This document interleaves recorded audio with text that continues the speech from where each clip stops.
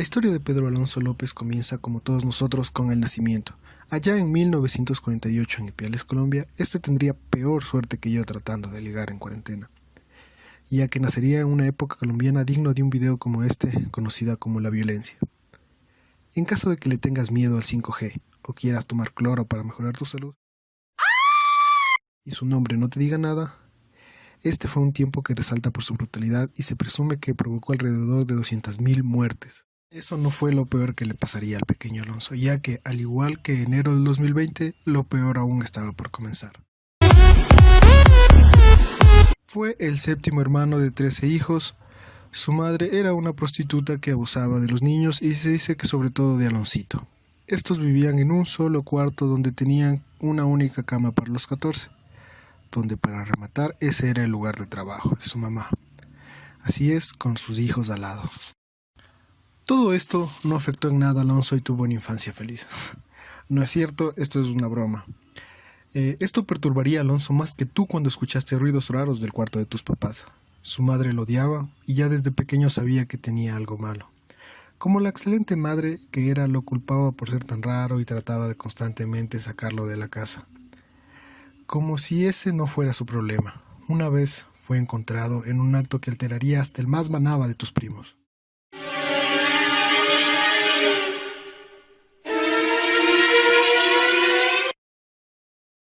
Aloncito fue encontrado teniendo relaciones con una de sus hermanas mayores. En ese momento su madre lo tomó y lo abandonó en un bosque junto a un río para que se lo comieran los ocelotes. Esta sería una de las primeras veces que lograría escapar de la muerte, y no la última. Regresó a la casa de su madre. Ella, al verlo otra vez, lo subió a un bus y lo mandó lo más lejos que pueda. Entonces Alonso empezaría a recorrer los caminos y ciudades de Colombia en grupos de gamines, que es así como se llamaba a los grupos de niños huérfanos en esa época. Cuenta en sus entrevistas que un día en sus travesías fue encontrado por un amable hombre que lo cuidaría y lo amaría. Nuevamente, esto es un chiste. ¿Por qué me persigue la desgracia?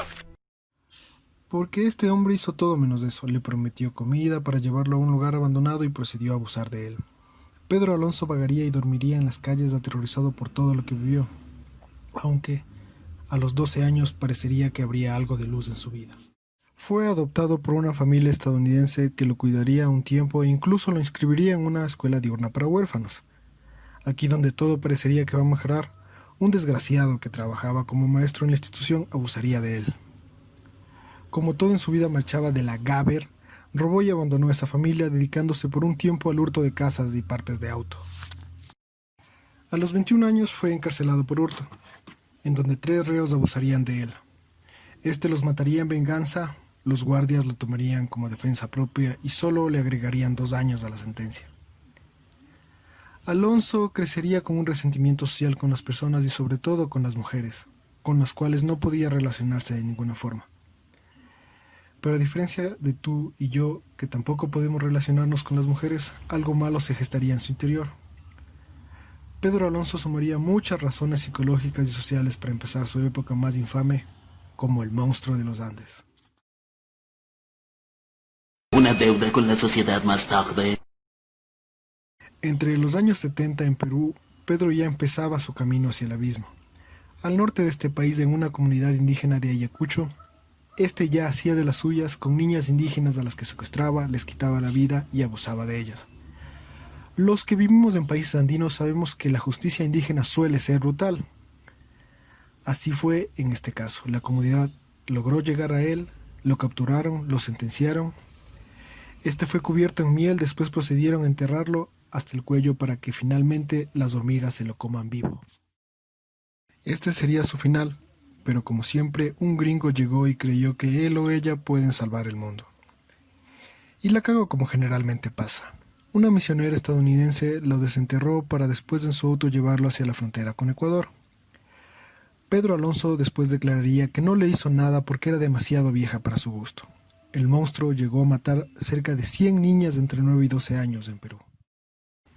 Perro viajaría haciendo de las suyas por todo el Ecuador. En 1980, en la ciudad de Ambato, la policía lo atrapó en el intento de secuestro de una niña indígena, como él prefería. Ella gritó e hizo escándalo para que la gente fuera a su auxilio.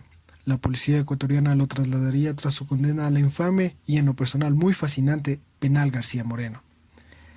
Ahí se le sentenció con la pena máxima de esa época de 16 años. No se conocía exactamente cuál es la cantidad de víctimas que tuvo en ese momento. Pedro Alonso en un inicio se negaría completamente a declarar. La policía sospechaba que éste ocultaba algo y tenía más víctimas. Entonces, Córdoba Gunido, bautizado por mí como el mejor policía que ha existido en este país, se infiltraría en la celda del monstruo, como otro reo más, donde después de unos días empezaría a ganarse su confianza. Cuando Pedro le contó todo lo que hizo, fue brutal para Córdoba. El policía apenas terminó, quedó tan perturbado que gritó para que lo liberen ya.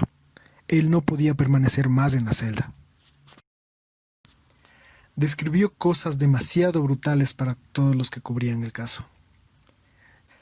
Así que en un muy breve resumen, Alonso visitaba los mercados o lugares concurridos donde había mujeres trabajando, por lo general indígenas.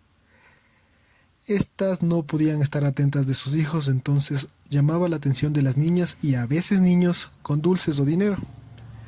Los llevaba a un lugar donde nadie los viera, luego con sus propias manos los estrangulaba. Posteriormente usaba los cuerpos. Pedro López, al igual que el gringo que te vacilaste en Montañita, confesaría que prefiere a las niñas ecuatorianas porque eran más amables y confiadas. Un dato de color es que Ecuador era el único país de la zona que no tenía pena de muerte en esa época. Y esto era por los acontecimientos de la hoguera bárbara que involucran al expresidente ecuatoriano Eloy Alfaro, el cual fue encarcelado en el mismo penal y luego sentenciado a muerte fuera de este. No sería el único personaje pintoresco asesinado en el penal o a las afueras.